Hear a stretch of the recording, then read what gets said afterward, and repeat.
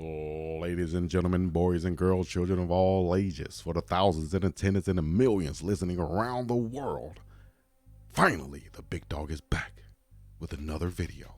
And I got 10 questions to answer going into the spring game. And I want you guys to chime in, leave your comments, let me know what you're thinking, because it's going down in Boulder, Colorado. Boulder, where it's colder. It's about to get, I'm talking about a full packed out, sold out stadium, a full slate of events going on throughout the day on campus. You got a soccer game in the morning, you got a volleyball game going on at the same time, and then it's going to culminate in the middle at Folsom Field, whether rain, sleet, snow, slushy, whatever. Sunshine is going down for real. Barbecue smells in the air right near 420. Matter of fact, happy 420 to everybody out there is going down. And it is a major way right now. Shouts out to you. I appreciate everybody getting in the comments. Make sure you hit the subscribe button. When we got these 10 questions we're going to handle and answer going into the spring game right here. Which side of the ball? Shout out to the both culture also. Which side of the ball will Hunter play on the most? How many big plays would Dylan Edwards make? Who will win in the trenches? That's a big question right there. And who will show out on the defensive line? Will the defense be able to keep up with the high-flying offense? How many targets will Chico get? And will there be any surprises running with the first team on either side of the ball? And will any players be playing without a number? I highly doubt they'll be playing without a number. So that question is already done, and pow, you can shoot that one down already. But we're going to move up and go with start with number one. Which side of the ball would Travis Hunter play on the most? I know a lot of people out there wondering, and we of course been seeing him on the offensive side of the ball the most because, like he said, he's been learning the offense. He has to learn the offense to get way more comfortable on the offensive side of the ball. Know what plays is coming, how fast they're coming, know how to know what route to run. Got to be on the same page with the quarterback. So it's not going to be an easy deal for him to just be out there and just line it up on offense and just he's been practicing on offense. He's gonna be lining up on offense, getting as many reps as possible. We saw the last practice he had like 7-8 big catches, 2 or 3 touchdowns. The man just been making plays all over the field. He's a natural wide receiver with the ball skills he has. A lot of people just speculating, he's a defender. He came over here with Coach Prime to learn defensive back. Well, he came with Coach Prime to be a two-way player. You know, he came with Coach Prime to be a two-way player, and that's what he's doing right now. And you got to concentrate on one to get that down pack first and then move on and go to the next thing, which I think Travis Hunter is definitely been doing. He's been showing out. I'm talking about absolutely showing out on the offensive side of the football. So get ready for that. I think we'll definitely see him mostly on offense for this game coming up right now. So Travis Hunter, in my opinion, will be mostly on offense. We might see him a couple plays on defense. Like I said last podcast, I think he'll be a few plays on defense just to get a few pass breakups, just to get his beak wet, so to speak. He'll go against the fourth string quarterback, probably go against Schaub or Drew Carter, and just get his thing. If I'm the quarterback, I wouldn't even throw it to his side. Knowing that he's going to treat it like he's a wide receiver and the ball is coming to him anyway, I'm not even throwing it to his side. I'm going to pick on another corner to find another corner to throw it to, not the Travis Hunter side. How many big plays would Dylan Edwards make? That depends on how many touches he get. He can make it. Every time he touches the ball, he's a threat to make a big play, and that's what big play Dylan Edwards will be providing. So I'll say he's probably going to get a lot of touches, being that he's a freshman. They want to see exactly what he can do. At least 4 big runs, 1 per quarter for Dylan Edwards, at least, and probably 1 going to go for a touchdown. I'll say 1 touchdown run over 40 yards for Dylan Edwards would be huge. Over 30 yards would be huge. So there we go. Dylan Edwards making about 4 big plays. Who will win in the trenches, the offensive line or the defensive line? That's a good question. Shout out to my big buffs on that offensive line. I thought I had that picture pulled up. I guess I didn't, huh? Nope, I didn't, huh? All right, but shout out to my big buffs on that offensive line. I might be able to pull it up right here, but those guys, the starters on that offensive line, and the movement I've been seeing them getting going against that defensive line has been, has been something, to be really praised about. I'm Coach O'Boyle right here. You got big Van Wells, Bam Wells, who's wearing number 55 once again this year. All freshman, all American team. He's going to be heading up in the center position, protecting Shador Sanders, that first line of defense. We've seen in the past in this offense also that they love to pull the tackles. They love to even pull the center sometimes. They love the center to be blocking down and getting help from the guard. So a lot of that going on, a lot of shifting and moving going on with this offensive line. That defensive line going to have to be ready. But I think overall, the offensive line will get the win. Right now, we got big Jota in right now at the left tackle penciled in, but he has a left knee injury. I think he just came back today to practice. Not sure if he'll be playing full strength, full speed in the game Saturday, but Big Tank will be there if Jota is not there. Big Jack Wilty at the right guard position, then Big Savion Washington right there also. And also got news that Big Tyler Brown has his number 56.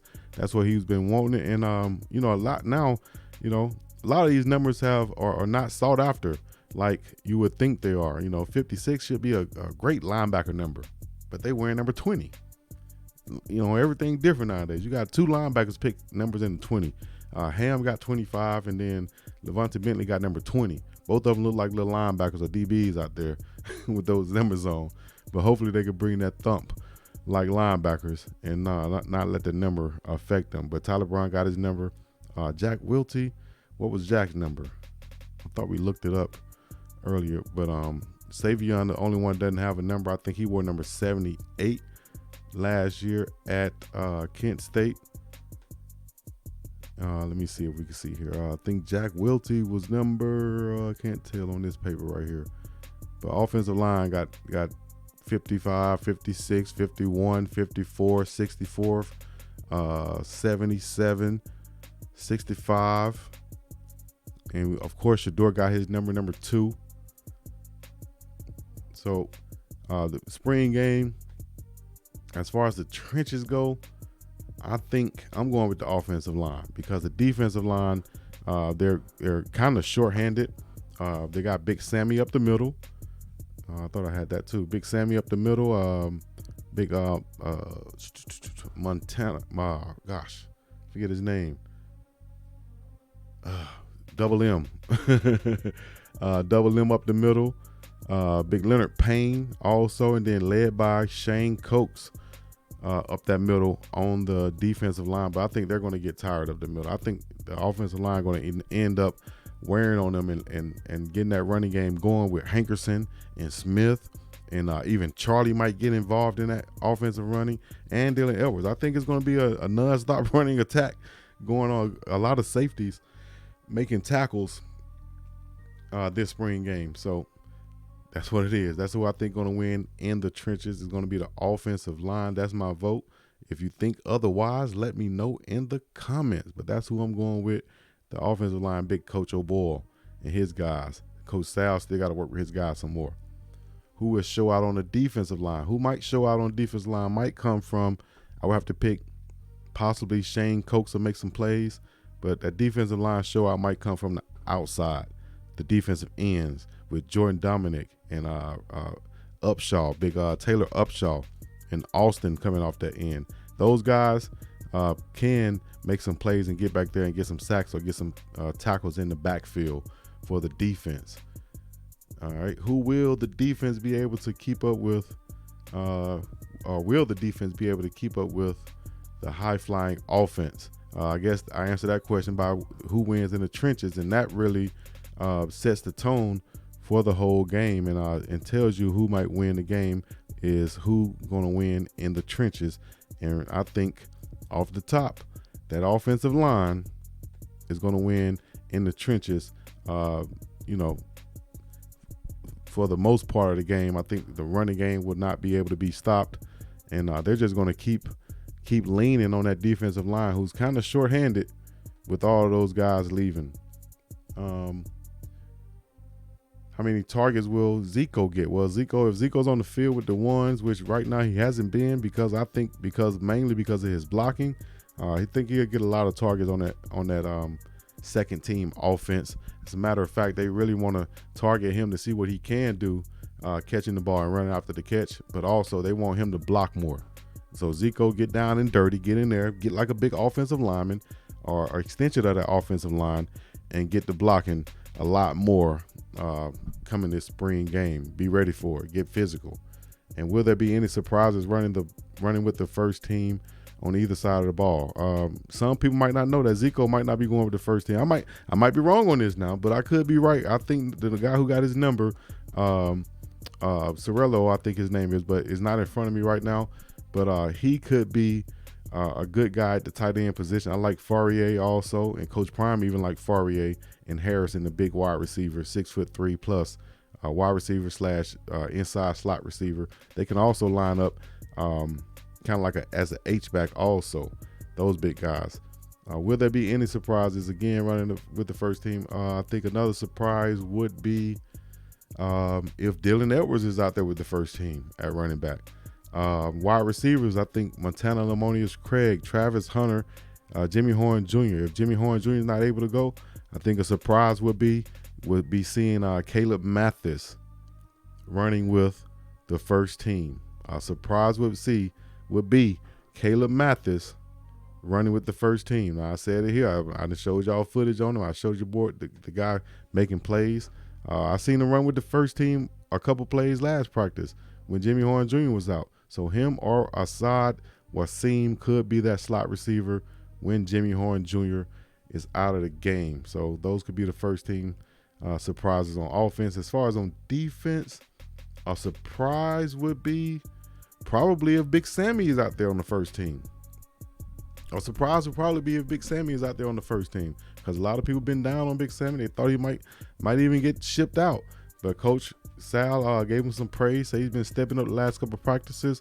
The plays that I saw, I still think he need to get lower, use his lower body strength a lot more. He need to work on his pass rush moves. Just be a beast up that middle and not being so easily blocked and letting Tyler Brown and them push up on you, getting up under you right here. Now they got all the leverage. They're going to push you all up out of that hole. So I want him to be stout in that hole a lot more and cause a pile at least, and not just get pushed out and open up the hole. So those three guys I think would be somewhat of surprise. So will some players play with no numbers? I answered that earlier. I definitely don't think that'll happen. I don't think Coach Prime gonna send nobody out there with no number. I think that'll be kind of Bush League, and that'll be kind of embarrassing. I don't think he's about embarrassing any of his players or anybody on his staff or anything of that nature. So with all the 21, 23, 24, whatever, 24, 25 classes coming in, 3, 4, 5 stars coming in, it's going to be a game to watch, something to see, a spectacle to see with all the things that's going on campus. You got soccer game, volleyball game, football game. Hey, you might have archery and darts and marbles and all other type of stuff. It's 420 weekend, sold out spring game in Boulder, Colorado. It's the place to be. No other spring game sold out. No other spring game is on ESPN like this one. And everything else pretty much been streaming. This right here is on ESPN, not 8, not 7, not 6. It's on ESPN 1. Not the 2, not the 3, but the 1. Let me know what you think. Leave a like, subscribe, comment, all the other good stuff. We're about this thing. Peace in the middle. Yeah.